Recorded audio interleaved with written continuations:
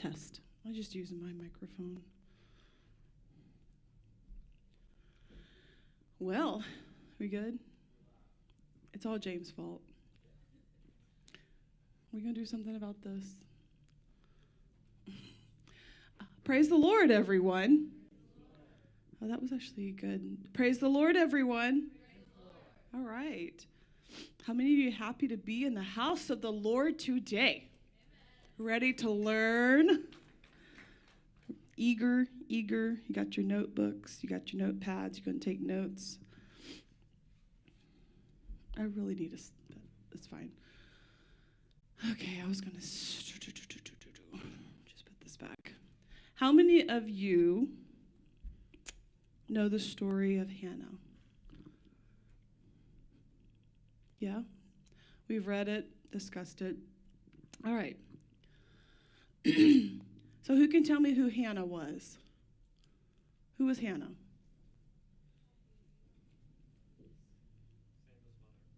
Who's Samuel? The prophet Samuel. What is significant about Samuel?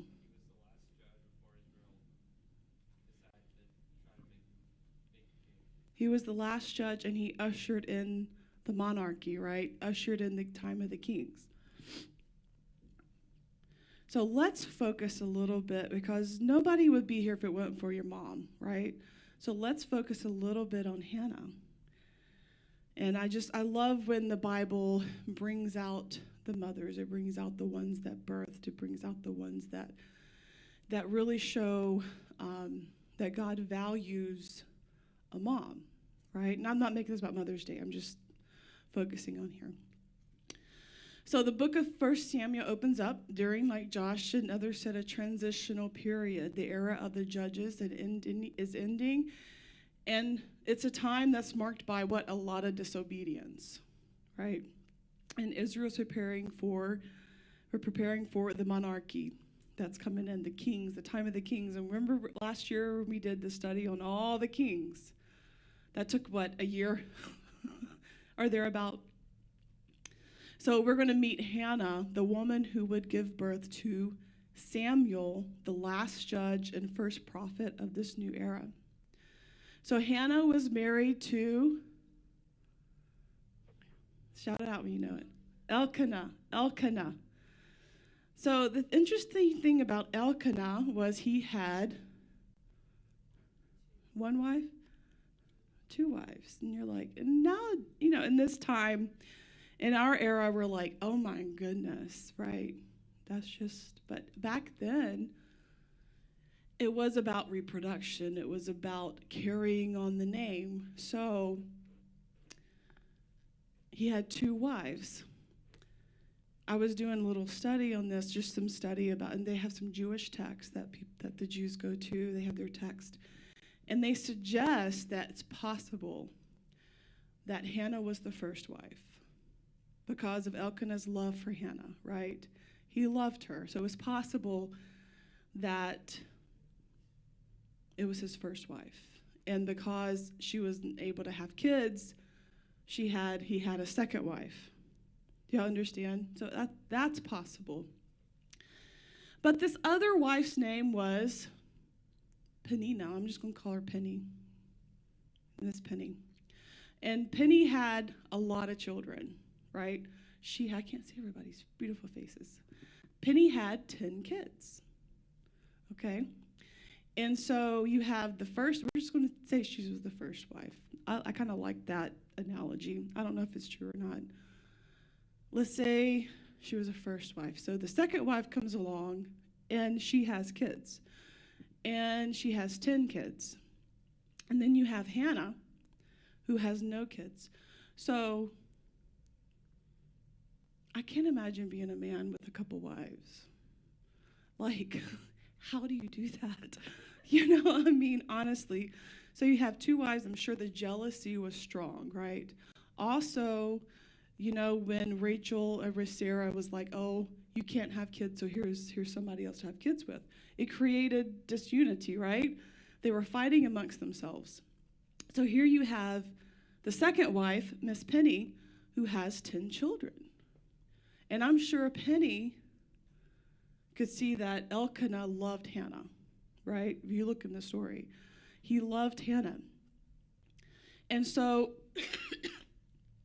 every year they would go, Elkanah would bring his family, they would go and they would offer sacrifices at Shiloh, and he would give portions to Penny and her children, but to Hannah he gave a double portion.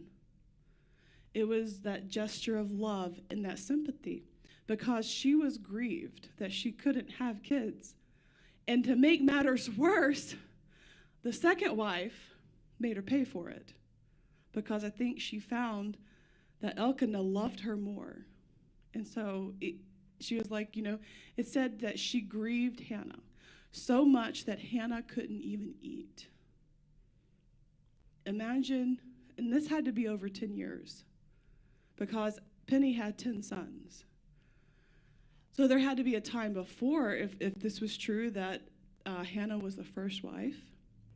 This had to be even before he married this lady. So probably past 10 years. Okay, she had a couple twins in there. So when he talks to Hannah, he says, "Am I not more to you than 10 sons?" And this is how we figure out she had 10 sons. But his love still couldn't ease her grief. And then Penny's rubbing it in her face. In 1 Samuel 1:6, it says, her rival used to provoke her grievously to irritate her because the Lord had closed her womb. Now, if you look at that verse, it doesn't necessarily mean the Lord had really closed up her womb. He probably had, or she would have had kids. But it's locked in there to how she would taunt her, saying, the Lord wasn't with you. The Lord is not with you. The Lord did this to you. God did this. He's mad at you. See, I have 10 kids. You have none, right? Taunting her, telling her God is not God, that was not her God. If it was her God, he was doing something to her. He was punishing her. And so Hannah was grieved, because it's only so long you can go being a strong person. It's only so much you can take before you start really believing what someone's saying to you. And it's true. She had no kids, and she wanted, if you're a female, and I don't care how, I ain't gonna have kids. There's some people that don't have children, but there's something in a female that wants to mother. They want to have a child. And you see this, and maybe some of you know women and men that can't have kids. They cry, they pray. It's something that's really grievous to them. So anyway, Hannah, this got to Hannah. And she used this, Penny used this as a weapon, and it broke her spirit. She wept, she stopped eating. The weight of her barrenness and constant ridicule was more than she could bear. How many of you have been in that state? That, you're constant, and then there's someone taunting you. Yeah. Let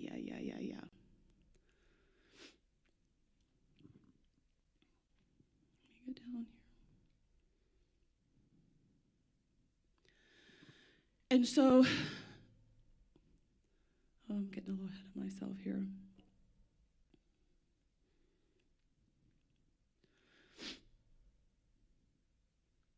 So they go down to offer sacrifice. And so Hannah goes with them. And they go eat and they drink in Shiloh, and Hannah arose. And then she goes to the priest. She goes to the temple. And Eli the priest was sitting on the seat beside the doorpost of the temple. She was so distressed, and she prayed to the Lord, wept bitterly, and then she vowed a vow and said, O Lord of hosts, if you will indeed look on the affliction of your servant, but you will give to your servant a son, then I will give him to the Lord all the days of his life, and no razor shall touch his head. And so she's praying to God here, and she's deeply, deeply distressed. And she's crying, and she's weeping bitterly. And she makes a covenant, a pact with God. If you give me a son, I will give him back to you. in all the days of his life, I will give him. And she does a Nazirite vow here of consecration, and no razor shall touch his head. As she's praying, imagine coming to church and you're so overcome. You come to the altar and you start praying. And it says Hannah didn't even open her, she was silent. So she's crying and she's weeping. Imagine coming to the altar and you're pouring yourself out. And James comes up to you and said, "Are you drunk? You know better. Like, I know you were out last night drinking in the bars and saying this to a woman. I know what kind of woman you are, right?"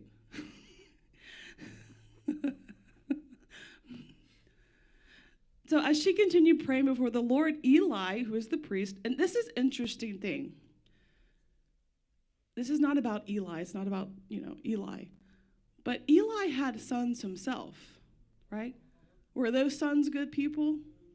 Did he go up to his sons and go, "Hey, Phineas," or whatever their name is, "were you drinking last night? Are you drunk?" No. Matter of fact, he put his two sons over the priest. They were doing priestly stuff, and they were horrible. They were priestly stuff, yeah. They were horrible, horrible men. They did evil, and he didn't correct it. And I'm getting a little ahead of myself. Eli didn't correct his sons, but he saw this woman praying and pouring her heart out. I'm not a huge fan of Eli, I'm sorry. Pouring her heart out. And in verse 12, as she continued praying before the Lord, Eli observed her mouth. Hannah was speaking in her heart, but only her lips moved. Her voice wasn't heard. Therefore, Eli took her to be a drunk woman. And Eli said to her, "How long will you go on being drunk? Put your wine away from you." Now, many people that come in the church, if James or Brother Cash or Sister Cash came and told you that, you would probably never come back. Am I right? I mean, we can't take it when people give us good instruction. How do you think Hannah responded? Do you think she said, "You got me wrong. How dare you talk to me like that? You don't know my story. You don't know what I'm going through. You don't know who said something to me. You don't know about Penny, the second wife, Penny, who's owned me for over 10 years. You have no idea my story." Y'all think was that her response? I mean, he accused her of being pretty much a woman of the night. Right? "Put the wine away from you." She could have said, "I know about your sons. Why don't you go correct them before you correct me?" It matters your response. It matters your response to correction. It matters your response to discipline. It matters your response to instruction when it's given. The response, God notates it. She says, "No, my Lord, I am a woman troubled in spirit." Let's just look at this response. "I have drunk neither wine nor strong drink, but I have been pouring out my soul before the Lord. Do not regard your servant as a worthless woman. For all along," that just messed up the flow. "For all along I have been speaking out of my great anxiety and vexation." So in her response, she called him my Lord. She said, and then she explains, I have been doing this. I've been pouring out myself. She didn't get offended, but she was able to explain what was going on in her. She was able to explain that without being offended, without getting a haughty spirit, without getting a prideful spirit. Please do not. Then she tells him, "I'm not like that. I'm not a worthless woman." And this reminds me of the Syrophoenician woman who was coming to Jesus because her daughter was with a demon. What was Jesus' response, if you don't know what I'm talking about, to her? Pretty much called her a dog. He's like, do I do this to dogs? Like, what? And you know what her response was? The dogs eat the crumbs that fall from the master's table. And you know what? If you eat from the master's table, guess what food you're going to have? You're going to have cane prime. Right, Brother Cash? You're going to have cotton candy bacon falling. Rain down on me. You're going to have filet falling. You're going to have nothing but cakes falling down on you. Yeah, you're going to have Patsy you. Right? Who would want to eat with the crumbs from the master's table? That lady didn't get offended because he called her a dog. She's like, yeah, hey, I'll be a pug. This morning we put our pugs in their kennels. And my husband's like, you guys stay there. We'll be in a few hours, but we'll be back. And I'm like, man, I wish someone would put me in a kennel and say, stay there, just sleep, you'll be back. I wish that, right? Our dogs live so good. So good. Like, we work for them. We work so they can have food. Like, do we have any money? No, but we need to buy dog food. They have a ton of dog food. Oh, they need an egg in their dog food. Oh, did y'all have some steak left over from cut up that steak, put it in there. We're at a restaurant. Can we get a bone-in filet? Because our dogs like the bone. So I don't take offense when somebody says you a dog. Yes, I am. Yes, I am, because my dogs live pretty good. But that lady was like, yes, I am a dog. But the master, his crumbs fall from that table, and they're the best crumbs. There's the best food. And you know what Jesus did? He said, your daughter's healed. Now, what if she'd have said, he just compared me to a dog? And back then, I don't think they had Pepper and Pasley's. I don't think they had the pugs running around, sitting in the laps. They were probably dogs, like, in the street, is what I'm thinking. She didn't get offended. Like, if we're in the church here, we're on the praise team, and Sister Cash says, you're a dog. How many of you would walk out? Right? If James says, all you in here going to hell.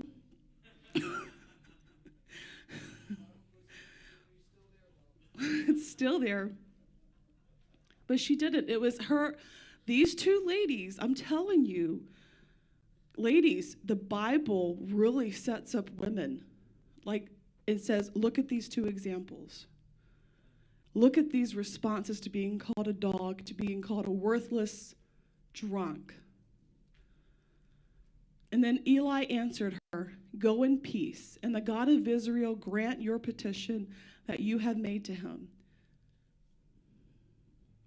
That's pretty exciting. I'm excited. Imagine praying for something for years and years and years, and the man of God said, God grants that. And she said, let your servant find favor in your eyes. Then the woman went her way, ate, and she was no longer sad. She ate. She's like, oh, I'm going to Cane Prime. I'm going to get some Jack's barbecue. Then they rose up early in the morning, and they went home, and guess what happened? Oh, yeah. Hannah got pregnant. Hannah got pregnant. And she called his name Samuel, for she said, I have asked for him from the Lord, a gift from God. And so Hannah has a baby. Now, when she made that vow, she didn't just come to the altar and say, God, if you do this, I'll do this, right? And then God did that, and then she's like, yeah, I don't remember that. I don't recall that. I have amnesia. She has a son, right? And imagine praying for a child for like years, and you finally get the one child. She probably had more, but we're just going to go with the one child because it fits what I'm about to say. Imagine taking that child as an adolescent and giving him over to the priest and leaving him. I mean, I just married off my daughter. Rochelle's here away from her family. Anthony and Julie are living in the D.C. area. It's tough. It's tough. Or your parents had to send you, you went across the United States. It's tough to lose, you're not losing a child. It's tough to let your child go. But Hannah, when they went time for the yearly sacrifice, she didn't go up. And she said to her husband, as soon as the child is weaned, I will bring him so that he may appear in the presence of the Lord and dwell there forever. Her husband trusted her. He said, do what seems best to you. Wait until you have weaned him. Only may the Lord establish his word.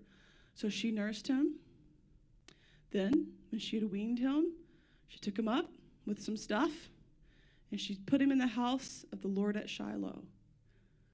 And the child was young. Now, it could be a young man. It doesn't say the age, but he was young. And she said to Eli, oh, my Lord, this is the man that called her a drunk.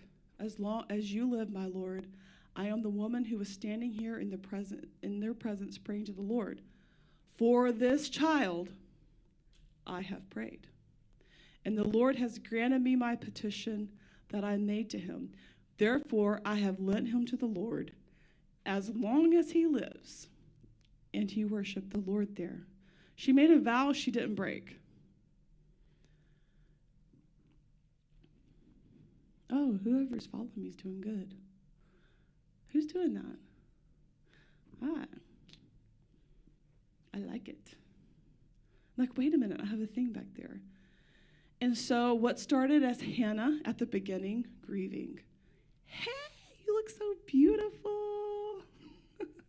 So what started as Hannah grieving at the beginning, being ridiculed by Miss Penny, pouring her heart out, being called a drunk, being compared to a worthless woman, responding the right way. And I just want to say, responding the right way. Everybody say, responding the right way. Louder. Responding the right way. And if you can't respond the right way, sometimes no response is best. James is good at that.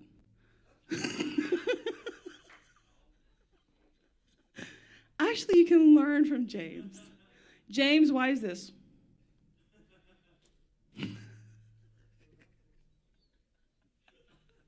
Sometimes that's the best. If you can't respond right, wait and pray about it. And God will tell you how to respond. You pray for wisdom, God will give it to you. If you don't have it, don't open your mouth. It's a hard thing to learn. I haven't learned it. I'm still working on it, guys. But this led to Hannah. Let me get down here. Get ahead of myself. So it led to her vowing a vow to God. It led to God saying, I honor that vow. I'm going to give you a child. And she said, she has a child. She says, I made a promise to God. I'm going to give him back to you. And she takes him, gives him back. And he worshiped the Lord. And then it ends with her song of praise. And in chapter 2, and Hannah prayed and said, my heart exalts in the Lord. My horn is exalted in the Lord. My mouth derides my enemy because I rejoice in your salvation. My heart speaks of deep inner joy. Horn, symbol of strength, dignity, exalts in the Lord. Hannah is not exalting herself. Look what I made. Look at what my prayer did. She's not exalting herself. She's exalting who? God. She's exalting the Lord. Into verse 2, there is none holy like the Lord, for there is none beside you. There is no rock like our God. Everybody say, there is no rock like our God. People taunting you, you say, there's no rock like our God. People coming at you saying, I'm going to speak evil into your life. You're never going to do this. You're never going to. God is not. You don't work. With God you worship. He doesn't. You did this to yourself. You say there is no rock like our God. Holy. He is the holiest of the holies. He's the greatest of the great. He is our rock, our strength, our refuge, our stability. There is none like him. There's only one. Don't anybody tell you that there's three separate Kawika. There's one God. He don't need separation. There is no rock like our God. Let's see that again. There is no rock like our God. You practice that. You can tell people, that's not of God. Nope. So to verse 3. Talk no more very proudly. Let not arrogance come from your mouth. For the Lord is a God of knowledge, and by him actions are weighed. I wonder who she's speaking to. A warning to the proud, perhaps. Her sister wife, Penny. Right? Very proud. I got 10 kids. You got none. Talk no more proudly. God is a God of knowledge. He don't just hear this. He knows. He sees heart. He sees motives. Guys, we can't talk proudly. Now, sometimes, in some situations, we don't know what we're doing. Right? We have no clue. A lot of times, the big things that people do, they don't know what they're doing. They figure it out as they go along, right? And sometimes you got to pretend like you do know, right? You got to fake it till you make it. Yes. Right, Rochelle? Right, Becca? Sometimes you got to, pretend like you do know. But God does, when we do that, God, I'm me. God says, whatever. I see you. I know. That's why though flesh will glory in his presence, because God knows. He knows. So it's best to always say, there's no God like our God. And you know what? I'm not God. That ain't me. So God knows and God judges. If we look at verse 4 through 8, this shows that God, I'm going to read all of it. God reverses circumstances. The strong become weak. The hungry are fed. The barren, like Hannah, are blessed with children. So it doesn't matter your circumstance. God, if you respond the right way, God can reverse that. This is Hannah speaking from experience. She's saying, God can reverse this. God reverses all of the circumstances that are thrown at you. And then the rest talks about a king. In 10, I think it's just 10. Didn't notate it. The Lord will judge the ends of the earth. He will give strength to his king and exalt the horn of his anointed. How does she know that there would be a king? As a child, how does she know that? How does she know that her son was going to anoint a king? That's interesting.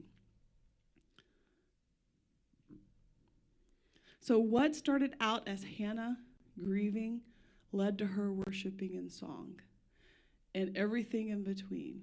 And God gives us this. God puts, let's back up.